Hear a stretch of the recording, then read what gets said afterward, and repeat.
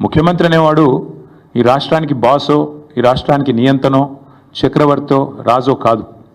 ఒక పెద్ద పాలేరులాగా, ఒక పబ్లిక్ సర్వెంట్ మాదిరిగా పనిచేయాల్సిన బాధ్యతలో ఉన్న వ్యక్తి. మంత్రి అయినా, ఎమ్మెల్యే అయినా, ఎమ్మెల్సీ అయినా మేమందరం కూడా వేరే పబ్లిక్ సర్వెంట్స్, మేమంతా ప్రజాసేవకులం.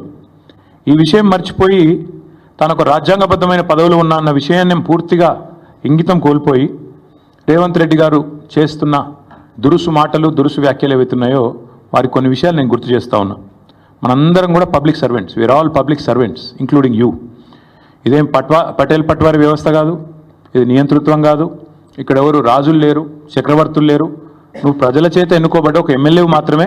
ఆ ఎమ్మెల్యేలు మీ కాంగ్రెస్ పార్టీలో మెజారిటీ మంది నిన్ను ఎన్నుకుంటే నువ్వు ముఖ్యమంత్రి అయినావు తప్ప నువ్వేమి రాజువు కాదు, నియంతవు కాదు. పేరుకేమో ప్రజాపాలన, కానీ చూస్తే మరి ఈరోజు ప్రజాస్వామిక స్ఫూర్తి అనేది కనీసం అణుమాత్రం కూడా మీరు చేసే ఒక్క పనులు కూడా కనబడతలేదు. ఎంత దుర్మార్గంగా మొత్తం దేశం మొత్తం చూస్తూ ఉంది.